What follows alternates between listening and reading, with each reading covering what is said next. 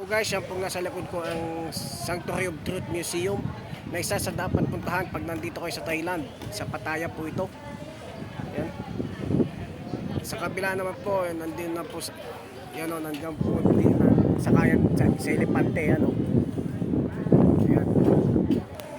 Kaya 2 in 1. Baka hindi lang 2 in 1 na activity dito mga guys. Yan o.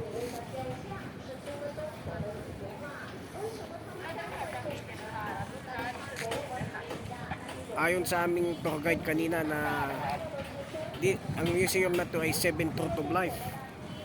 In-explain niya kanina na ang 7 katotohanan sa buhay. Ayan.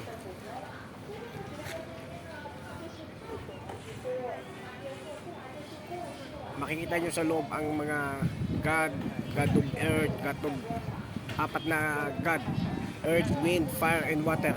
Kita nyo sa loob. Skulptura po yun. Pati yung kanilang founder ng Thailand, makikita nyo yung hari.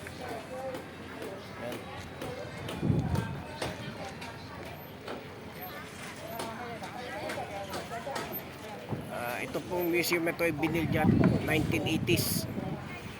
Hanggang ngayon nire-renovate kasi medyo may mga nasira na yata na struktura.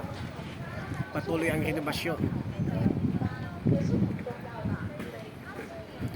Huwag nyo kalilimutan pumasyal dito pag napunta kayo sa Thailand. Yan o, deep. At sa likod nito ay dagat ang view. Maganda din magpa-picture sa loob. Pero nandito lang kasi ako sa labas. Yan.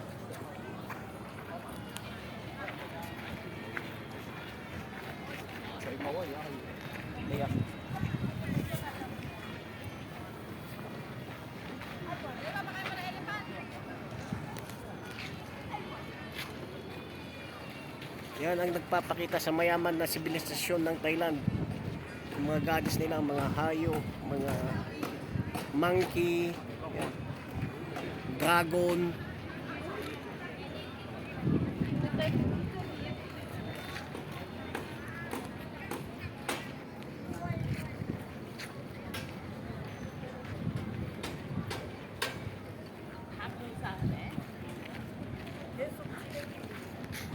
Yan guys, ang The Sanctuary of Life Museum.